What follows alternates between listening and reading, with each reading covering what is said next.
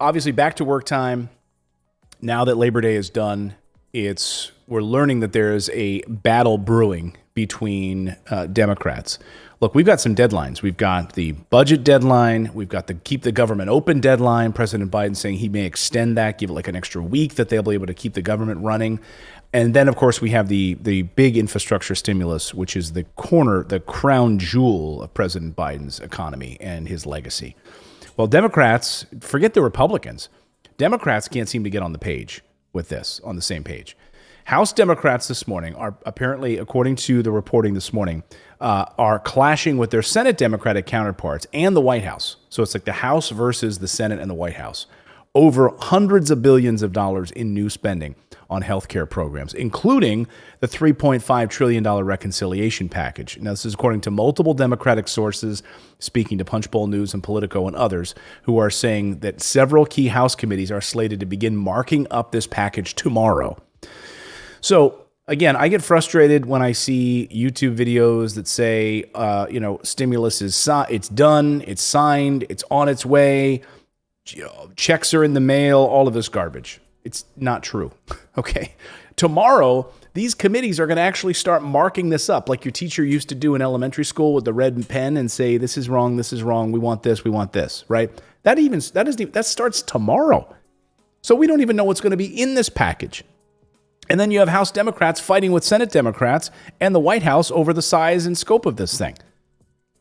So the intra-party dispute right now centers around funding the Affordable Care Act, Obamacare. This is the linchpin of the whole thing right now, as well as potentially expanding both Medicare and Medicaid.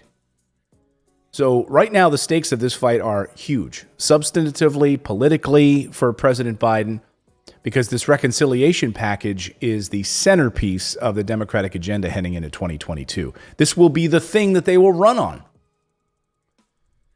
And make no mistake about it, if they can't get it done and this economy goes south and we're seeing these job numbers and job postings leveling off as the Delta variant cools, we're seeing this other data right now on the economy cooling and real concerns about inflation and GM stopping production of trucks because they can't find chips for their computers. And we head into a cold fall where this new variant of COVID is running rampant and schools are being canceled and people are coming back home and lockdowns are happening. It's all going to be tied right to President Biden, right? It's going to sit right on his shoulders. It's the way it is, right? The buck stops at the top. It always does.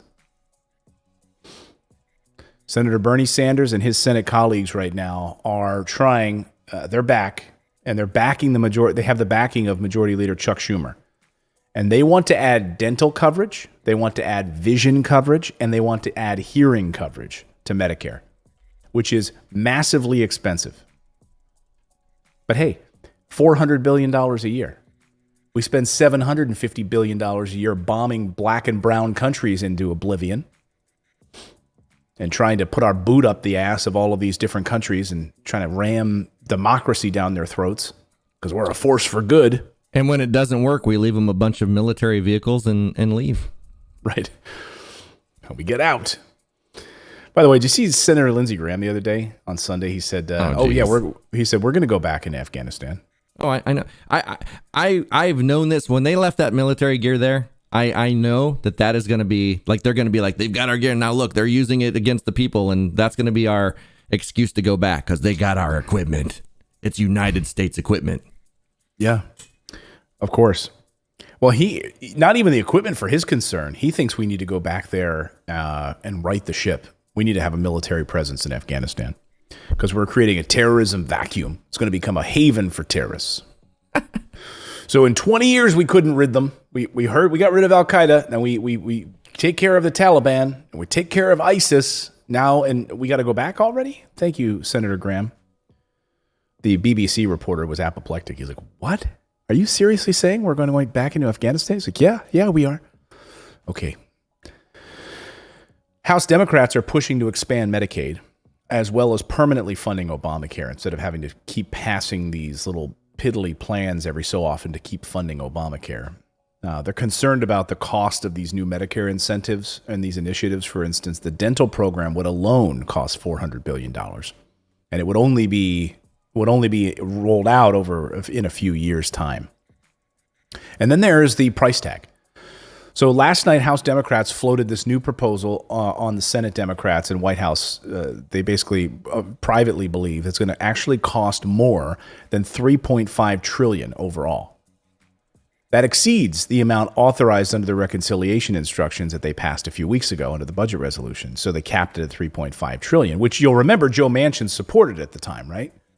$3.5 trillion. So now that they're saying it could be larger than that, could be 3.6, 3.7 trillion. Do you think Joe Manchin's going to go for that? I don't think so. If I'm a betting man, I don't think Joe Manchin's going to go for that. So it's clear at this moment. I mean, well, maybe he will. I don't know if there's money for some of his constituents. Yeah, because the thing is, like, we aren't going to see any of this, and if that's what this bill is, once we get it, we're going to go through it, and we're going to be like the percentage that went to anything that benefits us versus the percentage that goes to the cronies in Washington. It's always going to be lopsided. Yeah. So it's clear right now it's the House Democrats on one side with the Senate Democrats and the White House on the other right now. So House Democrats versus the Senate and the White House. And also news for, how we're going to pay for all this. So Senator Ron Wyden yesterday rolled out a plan of Oregon. He's up there in your neck of the woods, Senator Ron Wyden. And what he wants to do is he says this will be able to pay for the whole $3.5 trillion kit and caboodle. We'll see. And if I don't know if he's going to be able to pull this off with this plan. He calls for an additional spend, like the way that this would be paid for through taxes. And I don't know. He says if we're going to have a tax on billionaires, that would be his plan. So a tax on billionaires. Great. I'm all for that. Do you think, though, that Joe Manchin is going to go for this? Are you saying a tax or a tax?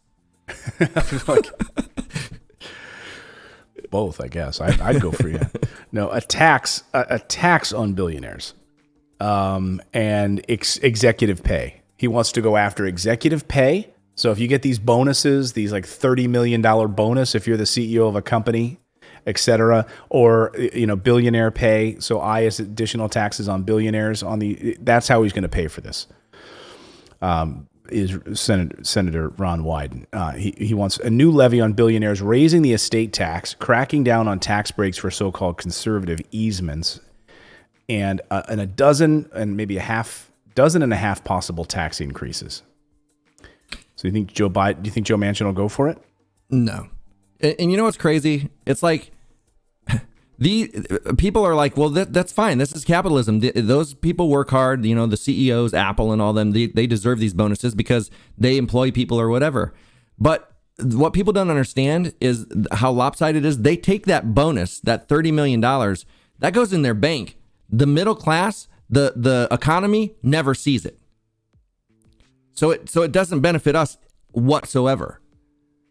Right. So, they should not, like, there has to be something that keeps them from saving all this money. People should not be able to save that kind of money and keep it out of the economy because it does no good. Like banning billionaires, Something. I mean, the problem is, so here in this proposal, many of the proposals Wyden is considering, not surprising, raising the corporate rate, increasing the top marginal income tax rate to 39.6%, where it was before Republicans cut it, lifting the tax on capital gains to match the top income tax rate on high earners.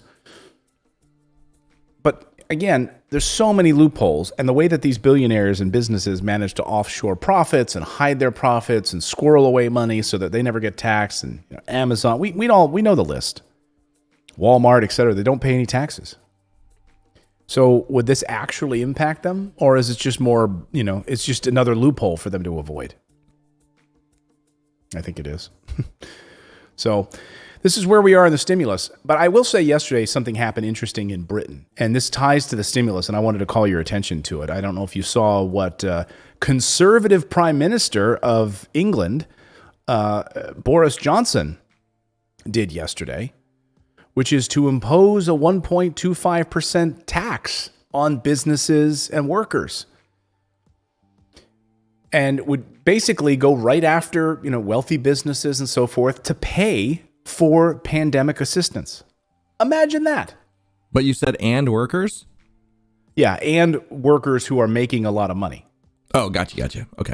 So, and this is not finalized just yet, but it's interesting to see that this levy would go to help pay for the healthcare and other pandemic-related costs and stimulus for the economy.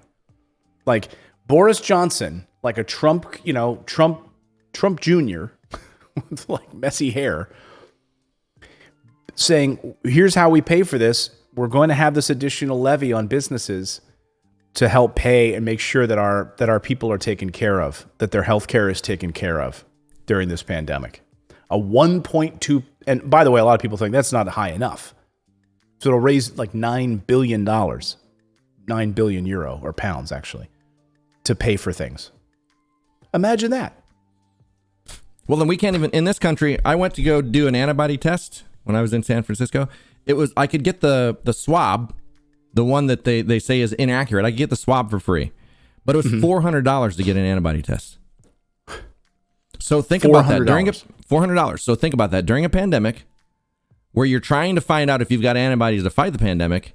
Everything pandemic related should have been free, should have been covered. Everything, treatment, everything during a global pandemic. But no, I would have had to out of pocket pay $400 to find out if I had antibodies. Yeah, it's free. It's free in other parts of the world.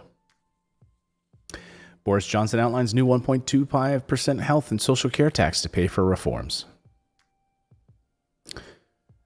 I mean, it'll raise 12 billion pounds a year to tackle health backlog caused by the coronavirus and to bolster social care. Wow. Imagine that. Imagine where it'll be funding healthcare and social care in England to be able to help people. Well, they can tax businesses there. But in the United States, we can't do that. Can't tax businesses. Well, and on top of that, the government can't even help the people. Like the government is helping those businesses that aren't helping the people either.